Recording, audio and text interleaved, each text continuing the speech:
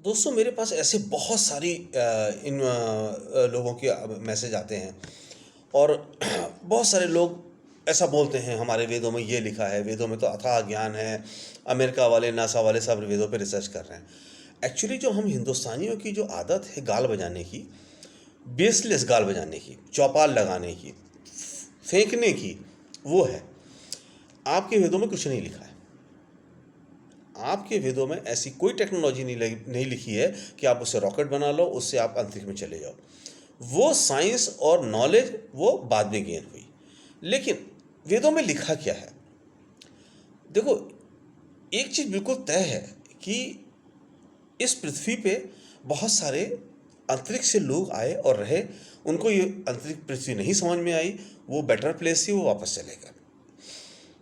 अब मैं कुछ चीज़ें आपको सिलसिलेवार बताता हूँ कि वेद में लिखा क्या है। ऐसा नहीं है कि वेद में कुछ भी नहीं लिखा है। वेद में इंसानियत का बहुत अच्छा पाठ पढ़ाया गया है। वेद वह मतलब ही ज्ञान है। अभी हमारे यहाँ 4 वेद थे: ऋग्वेद, सामवेद, यजुर्वेद, अथर्ववेद। मैं अलग अलग टॉपिक्स पे अलग अलग वेद के बारे में अलग अलग आपसे डिस्कस करूँगा, क्योंकि अगर आज मैं देखूँ तो मैंने चारों वेदों को पढ़ लिया है। याद नहीं है मुझे, इतने बड़े याद नहीं हो सकते, लेकिन मैंने पढ़ लिया है। तो मैं आज मैं कहूँ तो आज मैं चतुर्वेदी हूँ। जिसको चारों वेदों का ज्ञान हो वो चतुर्वेदी। तो आज मैं कायस्थ तो भले ही हूँ, लेकिन अगर आप इस हिसाब से देखो तो मैं ब्राह्मण हो गया, क्योंकि मुझे चारों वेदों का ज्ञान हो गया। अब मैं पहले आपको फर्स्ट टॉपिक में बड़ा कॉमन सी चीज़ बताता हूँ जो हर भारतीय को समझना चाहिए। वेद क्या थे? वेद उस समय लिखे गए जब मानव सभ्यता बिल्कुल शुरुआत के दौर पे थी, जब ही कुछ भी नहीं था। जो टेक्नोलॉजी आज आपके पास है वो नहीं थी उस समय। लेकिन लोग टेक्नोलॉजी को जानते थे और समझते थे। वो क्यों? क्योंकि जो बाहर से दुनिया से लोग आए और यहाँ सेटल हुए। अब मैं आपको कुछ चीज़ें ऐसी क्यों बताता हूँ। देखिए, इस पृथ्वी में बहुत तरह के लोग हैं। अफ्रीकन, वो उनका अपनी जो बॉडी कल्चर है वो डिफरेंट है, ठीक है। इसी तरह जो अमेरिकन यूरोपियन है उनका डिफरेंट है। जो रशियन है उनका स्लाइटली डिफरेंट है, ऑलमोस्ट मैच करता हुआ है। इंडियंस डिफरेंट स्किन, जो स्किन के और डिफरेंट कल्चर के हैं। उसी तरीके से एक वो जो है आपका जैपनीज, चाइनीज़, कोरियन, ये है। देखिए, किसी भी जगह रहने से आज अगर एक इंडियन जापान में रहता है, उसकी 10 बस्तें भी वहाँ रहती हैं, तो उसकी शक्ल जैपनीज़ नहीं हो जाएगी। उसकी शक्ल जैपनीज़ नहीं होगी, क्योंकि उसके जीन्स चेंज नहीं है। लेकिन अगर वो किसी जैपनीज़ लड़की से शादी करता है या जैपनीज़ लड़की इंडियन से शादी करती है, तो वो जो नई ब्रीड होगी वो डिफरेंट हो सकती है। तो मैं क्यों कहने की क्या बात कहने की कोशिश कर रहा हूँ, ये जो डिफरेंट तरीके के लोग आपको आज भी मिलते हैं, ये वो लोग हैं जो जब एलियंस आए हमारी पृथ्वी पे, दूसरे ग्रह से लोग हमारी पृथ्वी पे आए, वो उनको ये पृथ्वी अच्छी लगी, वो कुछ दिन सेटल हुए, लेकिन बाद में उन्होंने देखा कि इस पृथ्वी में बहुत सारी कमियां हैं। वो उनको जो जिस ग्रह से आए थे उस ग्रह में वापस चले गए। लेकिन उनके कुछ सभ्यताएं, कुछ लोग यहाँ पे छूट गए।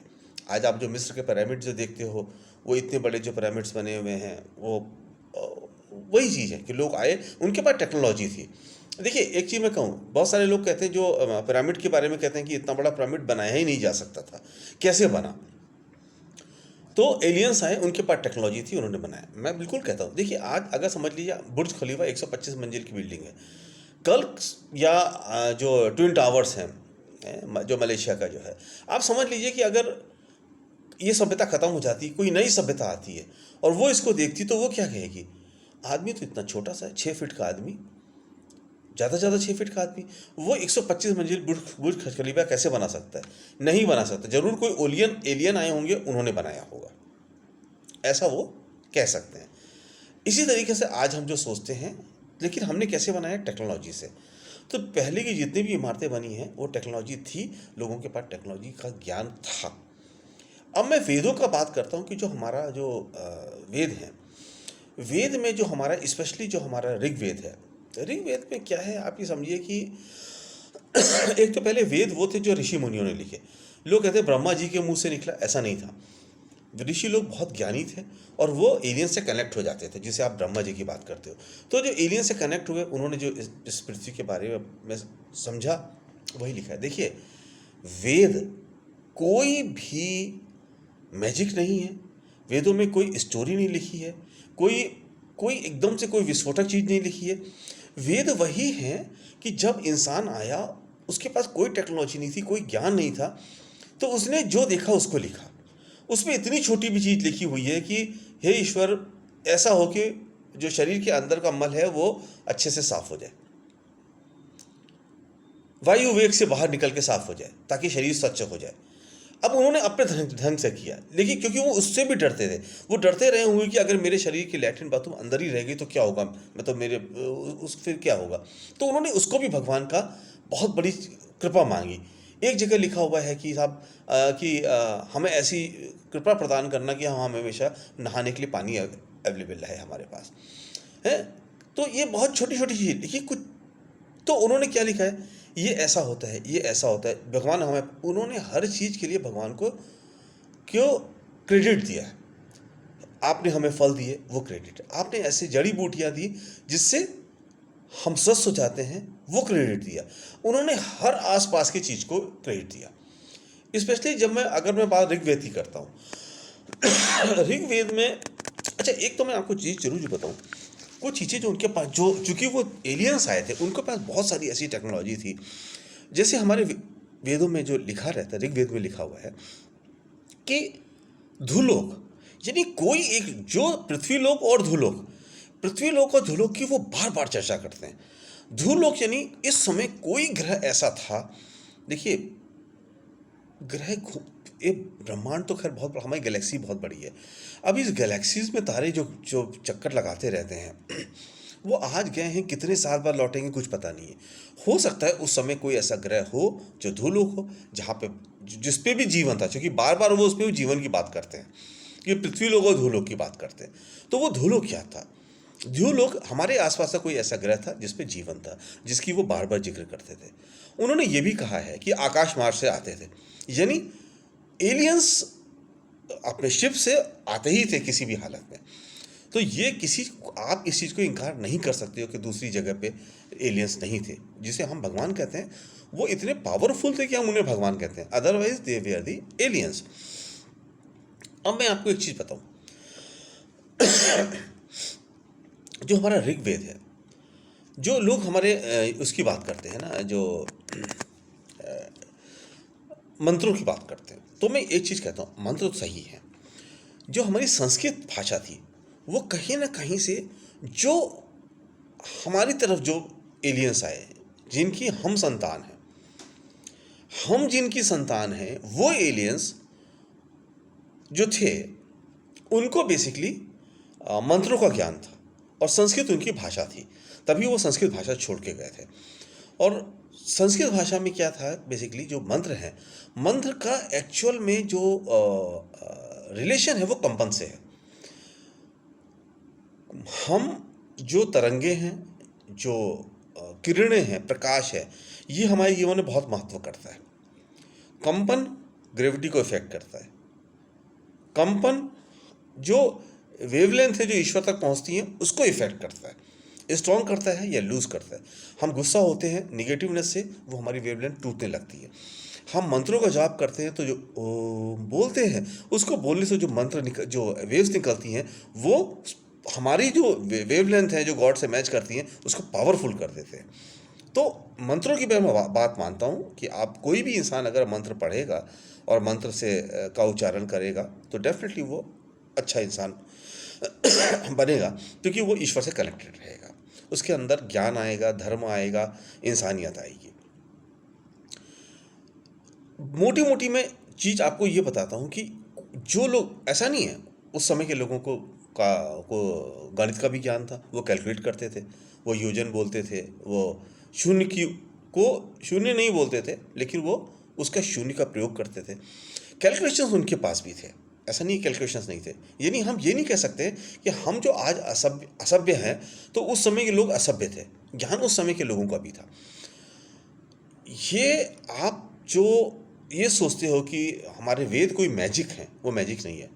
और मैं एक चीज़ आपको और बोलता हूँ, हमारे यहाँ पूना में एक है भंडारकर ओरिएंटल रिसर्च इंस्टीट्यूट। आप सब लोग जब किसी दूसरे शहर में जाते हो तो ज़्यादातर तो ये देखते हो कि वहाँ क्या अच्छी चीज़ खाने की है, क्या अच्छी चीज़ पहनने की है, क्या अच्छी चीज़ घूमने की है। लेकिन हम लोग अपने ज्ञान की नॉलेज को बहुत जल्दी भूल रहे हैं। आप उस नॉलेज पे ध्यान दो, वहाँ पे वेदों की ओरिजिनल वेद की प्रतिलिपि रखी हुई है। Orient Bhandarkar oriental research institute, Shivaji Nagar, Pune, law college road पे। अगर किसी को अपना वेद देखने हैं, उनकी मनुस्मृतियाँ देखनी हैं, उनकी ऋचाओं को देखना है खुद, तो आप जाइए वहाँ पे, आपको दिखाई पड़ेगा कि कैसे वेद लिखे गए थे, वो भाषा क्या थी, वो किस तरह की प्रतिलिपियाँ हैं, वो सब वहाँ पे रखा हुआ है। तो वेद को कोई मैजिक समझ के मत उसको प्रयोग करो कि मेरा वेद ऐसा है और ऐसा है वैसा है, कुछ नहीं। हाँ, इसको एक धरोहर के रूप में यूनेस्को ने भी जो है एक्सेप्ट किया है, दुनिया ने इसको एक्सेप्ट किया है कि ये धरोहर है, क्योंकि हमारी सबसे आज की सभ्यता में सबसे प्राचीन जो प्रतिलिपि कोई उपलब्ध है वो वेद ही है हमारे। उस समय भी लोग इतने ज्ञानी थे, उस समय भी इन्होंने अंकों का ज्ञान था, उस समय भी उनको औषधि का ज्ञान था, जितना आज हमें नहीं उससे ज़्यादा उनको था। लेकिन वो टेक्नोलॉजी नहीं थी जो टेक्नोलॉजी आप है कि आज आप रॉकेट बना रहे हो, आज मिसाइल्स बना रहे हो, वो उस समय नहीं थी। थी तो किसके पास थी? वो जो एलियंस आए थे, जो उन्होंने स्टार गेट बनाए। स्टार गेट एक ऐसी जगह चीज़ होती है जहाँ से आप ट्रांसमिट होकर जा सकते हो। आज एक चीज़ मैं और उन लोगों को बताना चाहता हूँ जो बहुत सारे लोग क्वेश्चन करते हैं। एक ने मेरे से क्वेश्चन किया कि कौन भगवान है, कैसे अंतरिक्ष से गंगा जी पृथ्वी पे आई। मैं आपको एक चीज़ बता दूँ, ये जो ग्रेविटी है ना, आज हम इस पृथ्वी पे हैं सिर्फ ग्रेविटी की वजह से। अगर ये ग्रेविटी खत्म हो जाएगी तो हम अंतरिक्ष में उड़ के चले जाएंगे। पृथ्वी पे हम चिपके हुए हैं, या जितने ग्रह पे ग्रेविटी है ये भगवान की कुदरत ने उन्होंने बना के रखा है कि आप ग्रह पे रहोगे कैसे, तो उन्होंने ग्रहों पे ग्रेविटी बना दी ताकि आप ग्रह पे जाओ तो वहाँ चिपक जाओ। चंद्रमा में ग्रेविटी नहीं है तो आप उड़ते रहते हो, नहीं चिपक पाते हो, नहीं चल पाते हो। तो मैं जो बात कह रहा था कि ये इस ग्रेविटी की वजह से, तो क्या होता है, ग्रेविटी को आप समझ लो एक मोड ऑफ ट्रांसपोर्ट है। जैसे आप प्लेन पे बैठ के उड़ जाते हो। सपोज कोई ग्रेविटी से किसी चीज़ को ग्रेविटी में बांधा और ग्रेविटी शिफ्ट कर दी। जैसे ग्रेविटी शिफ्ट होगी वो चीज़ उस ग्रेविटी के साथ में चली जाएगी। जिस तरह से वेव्स हैं, अब अगर भगवान चाहे तो ग्रेविटी शिफ्ट कर दे। जहाँ पे पानी था भगवान ने क्या किया, गंगा जी को ली और वो ग्रेविटी पूरी की पूरी पृथ्वी पे ले आए। गंगा जी ट्रांसमिट होके आ गई, उसके बाद वो वापस ख़त्म। ये कोई बहुत बड़ी चीज़ नहीं है। आप अगर साइंस देखो, हम लोग क्या है, सिर्फ कहानियों पे लग जाते हैं, हम उसकी रियलिटी को नहीं महसूस करते हैं। आप उसकी रियलिटी को महसूस करो। मैं वेदों के बारे में आपको और भी बताऊंगा, और धीरे धीरे हर अपने इस ऐसे टॉपिक्स को आपको बताऊंगा। आप सिर्फ मेरे इस टॉपिक्स को सुनोगे तो आपको जीवन के बारे में समझ में आएगा। और वेदों में ये भी लिखा है, जो इंसानियत को शर्मसार करता है वो अच्छा इंसान नहीं है, वो दंड का पात्र है। ये सारे लोग जो अपराधी हैं, जो देशद्रोही हैं, जो समाज के साथ बुरा करते हैं, इंसान के साथ बुरा करते हैं, वो अच्छे से इसको समझें। Thank you.